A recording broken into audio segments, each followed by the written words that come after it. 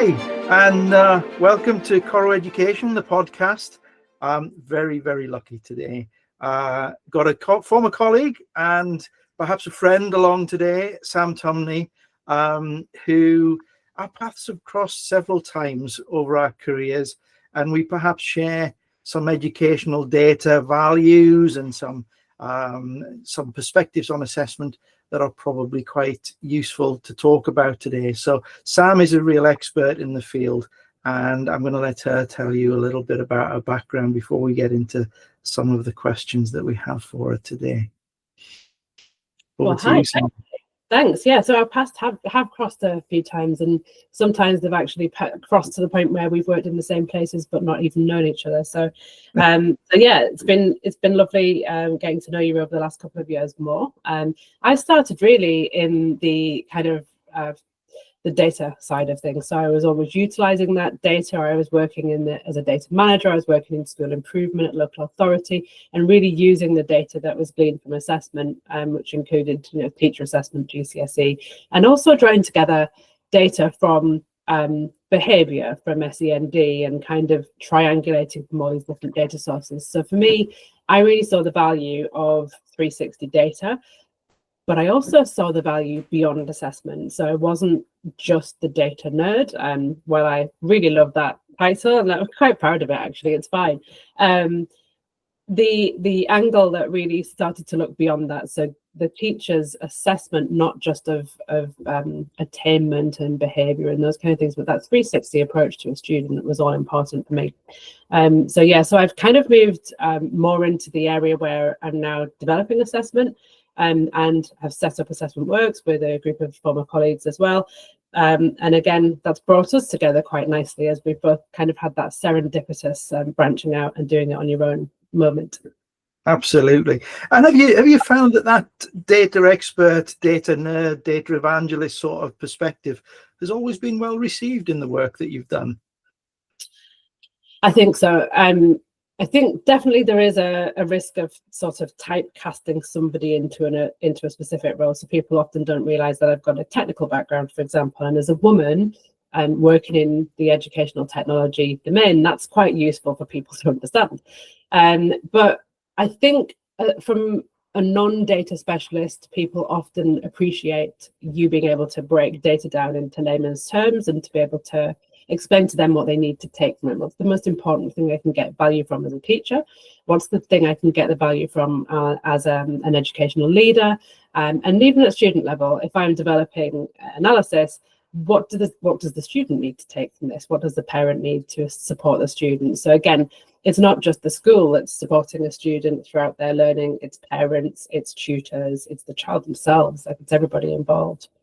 Yeah, that's fascinating, because I think at initial billing, when you come into a school, and obviously it's something I've done quite a lot, and you're the data person, or I've been described as the data guy, people have a tendency to maybe roll their eyes and yawn a little initially, and you've got to sort of get past that and demonstrate the value first and foremost. And I think that's often quite a big hurdle to jump, at least in my experience. So yeah. And I would agree with that from definitely my perspectives of when I've worked where assessment has been more mandated, or so key stage results, and often in international schools where I worked to underpin regulatory activities. Definitely the eye rolling thing. I think, oh God, it's her. People have actually described me as the assessment lady, or those kind of things, and that's fine. I think for me, part of my job, actually, if I've been successful, is to make it so that they do see the value of participating in it. It's not just something that's been mandated. And I think that's a real crying shame, really. People that participate at school level and then don't go on to utilize the data and actually draw that value from it and actually improve educational outcomes, because that's really what it's all about. Yes, it's a yardstick, it's measuring, but if we don't do more with that data, we've really spent a lot of time and probably money as well, and taken our eye off the ball in terms of that time that we spend assessing. We're not teaching and we're not learning in the way that we would have been had we not done that assessment. So I think it's a shame if we're not really getting the benefit from that data. Yeah, for sure. So as a school, if I was looking at my assessment profile, at my data at school, what would the key considerations be if I was the sort of data lead or the SLT that was running the assessment program at my school? What would I need to be looking for, thinking about, or trying to achieve with it, do you think? Yeah, so I think for me, it kind of goes down to the almost persona level. What are the different stakeholders that are involved and who benefits from it? I mean, ultimately, we're all there to serve the students, the learners that are there to learn. But also, I think we're there to support teachers. I think that's a widely acknowledged thing now, that teachers are overburdened. They have so much work to do. And for them to make maximum use of that data, Ring doorbell's got great timing, by the way. Don't know if you can hear that. No. Right, you might want to edit that bit out. The different stakeholders, getting them to allowing them to see and benefit from assessment, but also the cadence of assessment. Are we utilizing it at the right points in time? Quite often assessment, historically, I was at the end where it was very much summative, and by the time we could produce any meaningful analysis and recommendations, the horse has kind of bolted. You've had that missed opportunity, and so that kind of led me more into the more ongoing, smaller, targeted assessment where you were getting continual feedback and being able to implement the cycle. So for me, it's more about in-cycle implementation, assessment for learning, but also being able to utilize that information as you go, rather than at the end when the students finish the year already. Like, that's helpful for next year's cohort, but this year that students potentially have missed learning opportunities. That's been and gone. Yeah. Okay. So there's a fair bit in there to sort of balance off for the average everyday teacher. Some of whom might not even be familiar with the language of data and assessment. How do you expect a teacher to sort of balance all of that stuff that you've just mentioned? I think about the work that we both did at GL. You start with the baseline stuff. You've got the progress test. Chem 2, we've got a similar suite of assessments that sort of follow through. There's all of that information coming at a teacher in their day-to-day. How do they pick that up, run with it, manage it, use it, and actually use it to influence how they interact with their pupils? Yeah, I think that's really tough, actually. And I think over the years, I've seen, a lot of information generated through assessment and through analysis of different aspects of that assessment data. And it can be quite overwhelming, even the numbers alone, without the reports and everything you've got to wade through. So for me, my job now, really, and my passion is to cut through all of that and to basically present things that are at the level of the person who's receiving them. So to give them data at its simplest form, and then allow them to interrogate that more, should they want to. And actually, if they want explanation of that data, to delve into it further. And I think that's something that you and I are both kind of passionate about, actually, where we can facilitate that and other people can facilitate that. Not every class teacher needs to be a data expert, although I think it's important to have good data literacy and assessment literacy. But again, the terminology, when I talk about how the importance of validity and reliability in assessment, what does that even really mean? And as we get further into it, the language becomes even more technical, and I think that can be quite off-putting for people. I remember my first year as an NQT picking up some bits of paper that was stapled together from my pigeonhole, looking at it and thinking, what's that? And I put it back in the pigeonhole. It actually was chem data. And I simply didn't have time, energy, or the space or support to interrogate what it meant, how it worked, and how it could influence what I was doing. And arguably, as an NQT, that's kind of when I really need that support, because I'm perhaps a little inexperienced in sort of developing my judgments and choices around that. And I think that's not an uncommon situation to find yourself in, even if it is just the time side of it. We use safe spaces quite a lot in our workshops to allow teachers to look at data and ask silly questions and not feel silly about it, sort of idea. So yeah, okay, so we've got all of that stuff going on for the teacher. They're looking at all of this data. You've got SLT interrogating it and possibly using it as part of an accountability model. What are the common mistakes that you've either seen, maybe you might have been part of, or even responsible for in a past life? And you don't have to identify any of those things, just it's the mistake rather than the responsibility that's important. Absolutely. And I think going back to what you just said, I kind of, my baptism of fire actually was going as a data manager in an academy, and I was very lucky. It was a great academy, very well supported. My manager, assessment person, really understood. He was a physicist that understood psychometrics, right? It was a great combination. And actually, the key thing there was actually part of it was the chem data. We were using MIGIS, we were using Ellis, we were using Alice, and being able to distill that into something that made sense alongside our assessment. So I built systems that triangulated. I supported it with written guidance as well, that it was specific to a student. I can't even use the word specific to a class. One of the common mistakes that we kind of felt was really important was comparability. So people previously had been using percentages, like even a form tutor or a head of year might look and say, well, Chris has got 70% in physics, he only got 50% in English. Right, okay, needs to do a little bit more in English then, because to bring him kind of up to that. And actually, you know, you can't say that those tests are equal in terms of what they've assessed.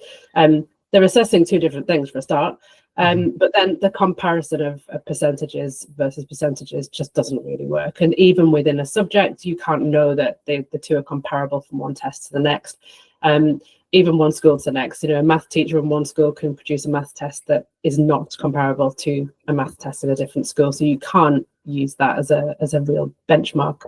And I think that is why a lot of these commercial companies can produce national benchmark assessment, and they work quite well. So we actually internally, we standardized, but not in the way that, you know, with a massive sample. We just made sure that we used all of the assessments were on a common scale, so you could actually compare, and actually from that we were able to compare teachers as well, although I'm not a huge fan of that. I think that can have all sorts of variables involved, and I think that goes back down to validity and assessment too. But yeah, that was a common one for me, comparing percentages, and I think I've seen that. I was surprised to hear that more recently from a maths teacher. So I kind of had to go back down to the basics and explain why that, you know, that percentage comparison isn't really like for like. That's an interesting one, because you've got that concept of over-reliance on data. And I think it's a little like the sort of reading of a headline. People often pick up on it, see it as a truth, and proceed on that without sort of filtering, taking time to delve a little bit deeper, read some of the caveats, and having the confidence to look at the data and say, well, okay, but this is my judgment, and actually the reality is a slightly different perspective than what the data by itself tells us. You know, if you're having a bad day when you do your Cat 4, for example, bosh, that could shape an awful lot if the person reading that data isn't circumspect. And so on. So yeah, how do you go about trying to mitigate that over reliance? Because that's the risk with people that are less data literate, arguably.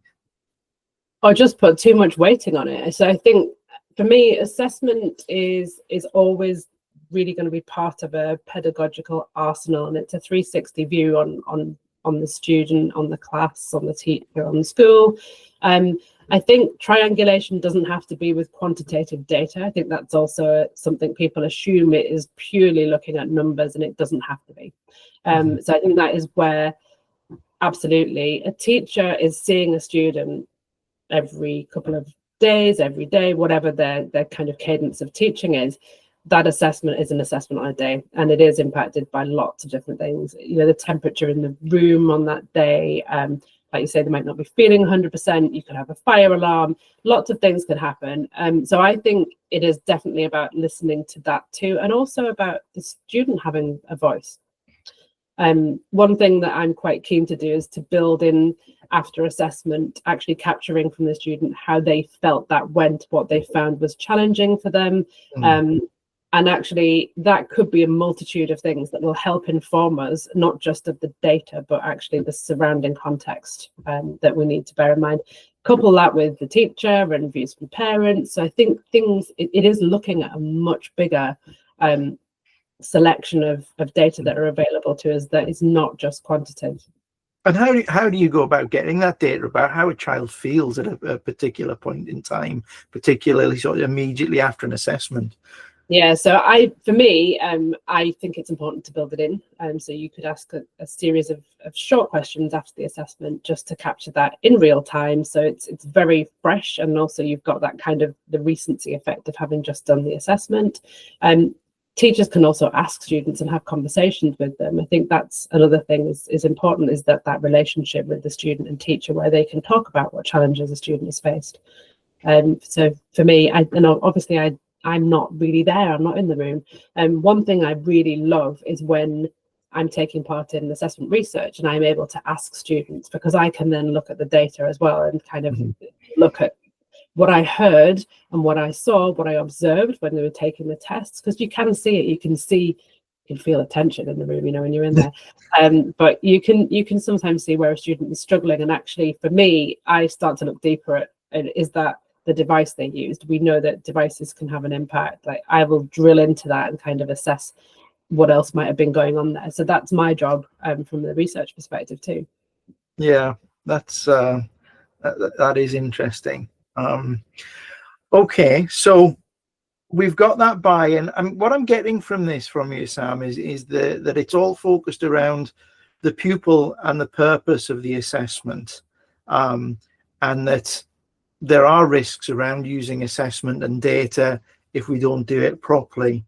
So I guess the kind of question for me is, how much assessment is too much within a class or a school or a teaching environment? Because that's perhaps one of the big critiques that gets leveled at schools in the UK particularly, and perhaps elsewhere as well. How much time should we spend doing assessment and looking at the data, and how much time should we actually spend just talking to our pupils?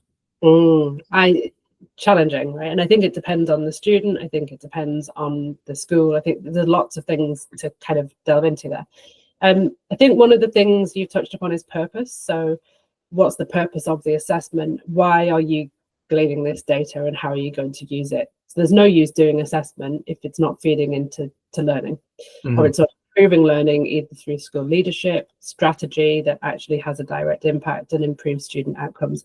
So I think for me, we've talked about loss of time and assessment. There is a trade-off. You're obviously not teaching, you're doing that, investing time, money, energy into doing it. If you're not using it for actual purpose, then there is no purpose. If it's just used to measure and then again, that's not something that I really ascribe to either. I think that it does have to be making a difference. And I think the other thing is the purpose behind the assessment might be learning in itself. So assessment for learning, that time is learning, it's not just assessment. So I think maybe that is a real kind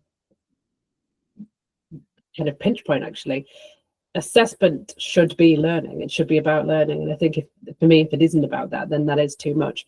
Again, it does come down to balance. I think you need to be cognizant of over testing in the sense that actually it could impact validity in itself. If students are fatigued, you've got test fatigue from lots of testing. I've seen it start of term.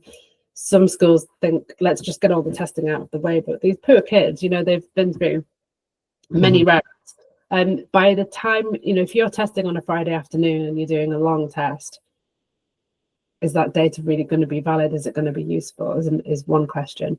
And I think actually from a student perspective, we talked about buy-in. You and I have touched on this before, but if students don't see that data and what it's used for and get some benefit from it, they can become disengaged in themselves anyway. And then teachers, some teachers actually love delivering tests because they can give students some time, particularly digital, I think, because it's novel. Teachers can get the kids out of the normal class, and it's quite memorable for them. And again, test length, summative tests. We've talked about the difference between summative and formative, and when we've had conversations before, but I think tests that are being used in a summative fashion that then don't really go on to do anything, I think that, for me, that's starting to go into the realm of like not really being relevant and useful. Yeah, there's a couple of things in that actually, and I think about the work that I've done previously, taking some of that data and that information and explaining it to parents, not just to schools, doing workshops with parents to illustrate what it means and what it doesn't mean, which has probably been the more important part of that workshop, in order to sort of, so that you've got that almost tripartite buy-in across. You've got the teachers, you've got the student, and you've got the parents, and they're all kind of pulling the same direction. And I suppose that feeds in a little bit to the concept of coherence, which is possibly my observation as someone that's worked internationally a lot. A lot of schools have quite an incoherent set of data in their landscape. So they might be a little bit fragmented. You might have Chem further down the school, GL further up, you know, allocated to different budget holders and things like that. And that's always quite a tricky area to negotiate, because people are quite emotionally wedded to stuff. And I suppose I've been on the side of both GL and Chem in that respect. And As have I. Yeah, for sure. Okay, if you're going to give, just to sort of wind things up a little here, if you're going to give a head teacher or a deputy head, I'll let you have 2 bits of advice if you want, but a one-liner, a really short sort of soundbite to help improve what they're doing in their schools, what would you say to them? Oh, that's an interesting one. There's many things I could choose here, but I think for me, the most concerning thing for me at the moment is in the UK system, where schools are facing continual challenges with budgets and are having to make some very tough decisions about where they spend their money. It's about ensuring continued validity of assessment. There are a lot of, particularly with the advent of AI, there are a lot of technology businesses now that are really getting really into the assessment landscape. It's exciting, it's interesting, it can align to like existing learning products and that kind of thing. And my thing would be do your research and to look at the data and the technical reporting that they can supply to support the research that they've done to produce those. I think that's true for using external assessment that's commercial. I think internally, get people, make sure that teachers and people responsible for assessment have been through some real, qualified courses, either Cambridge courses, CIEA, the Chartered Institute of Educational Assessment, or those kind of courses that are available. Yeah. Or better still, get a consultant in to help you with all of that. Dare I say it? I think either you or I would be quite happy to do that. Yeah. Definitely bring somebody in. I mean, it doesn't have to be very expensive, is what I would say, and I think it's very worth it. It's so easy to use assessment for purposes that it wasn't intended, or to think that it's suitable when actually it's not quite where it needs to be. And there are so many things that we couldn't even begin to cover them off today. But yeah, even covering the curriculum, in a way that doesn't have floor or ceiling, and looking at the data behind it afterwards, and interrogating that, not just to see how pupils perform, but to see how the test itself performs. Yeah, absolutely. Have you used AI much yet in your work? Sorry. Yes, I have. My experience is like, it's fantastic. It can do some really good shortcuts. It needs to be told. So it's all based on the quality of instruction that you give it. It won't necessarily think about things that a human would think about. I think it will get better, but I think as well the danger, it can be quite samey. So I know, speaking to other assessment colleagues in reading, see you chuckling away, but we've had individual schools that have produced their own assessments using AI, and the content of the reading looks quite similar. Now, some of the context behind using assessment for some schools could literally be admissions. So if you're able to use similar content from AI, then you probably need to be conscious of that, particularly if you're doing your own. Yeah, I mean, a lot of it is sort of just GPT wrappers and things like that now, and they're the ones to be a little bit nervy of, I think. Even the names of the student, like of the not learners and students. I'm obsessed with learners and students, but even the names of the characters in a short story, they'll put them out same names. I think there's a risk with AI that no one's really mentioned yet, and I think it's where the data goes, the training data, even if it's anonymized and things like that, because even the firms that own that don't necessarily know what they're going to do with it once they've collected it. It may be sold on, and I think that's the real sort of red zone, the risk area for schools getting involved with particularly with sort of open systems where that data goes up the ladder as well as coming down. Definitely from a data protection perspective, I would not load any student data, even UPM. I would keep that under wraps. I think if you're using it as well to, there's been this discussion around teachers using AI to generate an assessment, students using AI to complete the assessment, and then at the other end, AI is being used to mark the assessment. But actually, when you look at that, who's doing any of this work? Yeah, you're becoming an AI operative rather than a learned individual. Just a 360, like it's all going back round again and full circle. Yeah, I think maybe Vivas are the only way forward with that. Well, I think that's not such a bad thing, and it helps with students' confidence as well, being able to talk about what they've done. Again, it's challenging because we talk about assessment measuring what we intended to measure. If you start to measure confidence inadvertently, I could present quite confidently about something versus another student that doesn't have that. And actually, what are we measuring? Are we measuring the understanding of maths or science or whatever it is, or the ability to present and be orally confident? Yeah, for sure. Sam Tumney, it's always a pleasure to catch up with you, and I'm sure our paths will cross again at some point very soon, hopefully on the same speaking platform or similar. Thank you so much for your time today. It's been an absolute pleasure. Thank you, Chris.